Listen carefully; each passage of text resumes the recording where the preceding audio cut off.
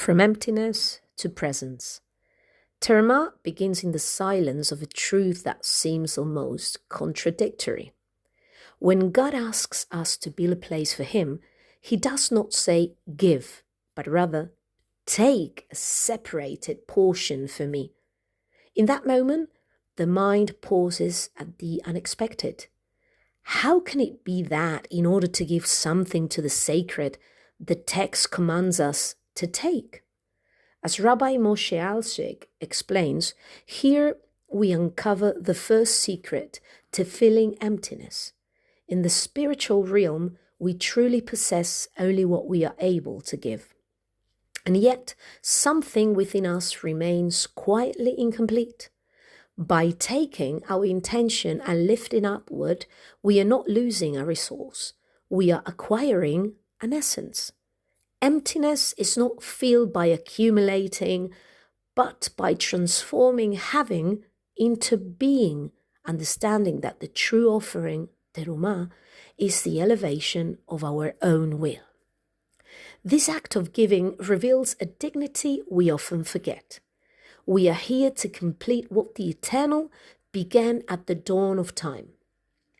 While Genesis tells us how God created space for humanity to dwell, Jewish mysticism teaches that in Terumah, humanity returns the jester. A mirror of creation emerges. He formed the macrocosm and we built the microcosm. The emptiness we feel in the soul is not a lack of things, but the space the Creator deliberately left unfinished so that through conscious dedication we might become His partners in the work of existence. Yet to build this bridge, we must be honest about our own fragility. Rabbi Ovadia ben Yaakov Sforno reminds us that sometimes we need walls, gold, and physical rituals because our direct connection has weakened. Recognizing this limitation is not failure, it is an invitation to return. It is humility of admitting that we need a tangible meeting point to remember what is intangible. This honestly helps us understand the requirement of the ark. It must be pure gold inside and out. The Talmud, Yoma 72b, leaves us a lesson in radical integrity. Toho kevado. Its inside must be like its outside.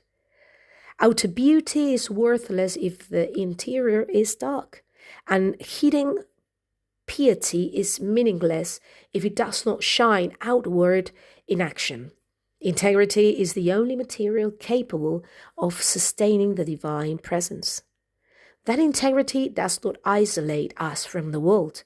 It connects us to our deepest nature.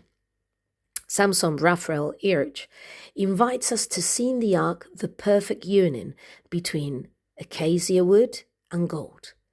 The wood represents the human condition, vulnerable, changeable, sensitive to the climate of life, etc.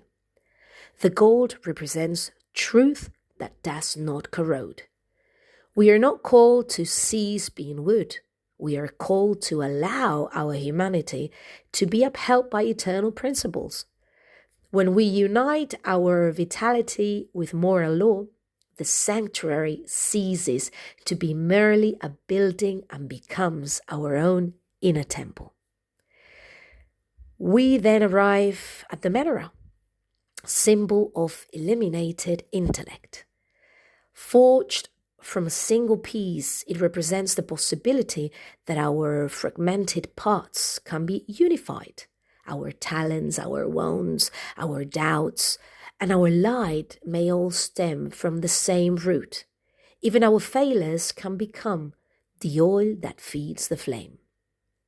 At this point, the journey is complete. The emptiness that existed at the beginning has been inhabited by unified spiritual clarity. There is no longer a divide between gold and wood, between heaven and earth. in that space of integrity and constant growth, the Mishkan finally rises within us, giving meaning to the famous reply of the Rebbe of Kochtz. When asked, where does God dwell? He answers simply, God dwells wherever he is allowed to enter. The promise of the parasha is fulfilled, and emptiness is filled only when we open that inner door.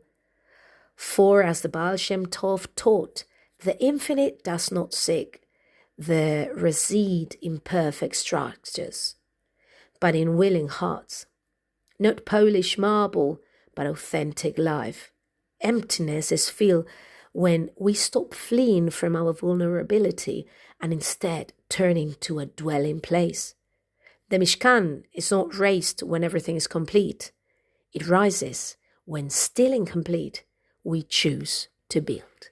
Shabbat Shalom ubeborach.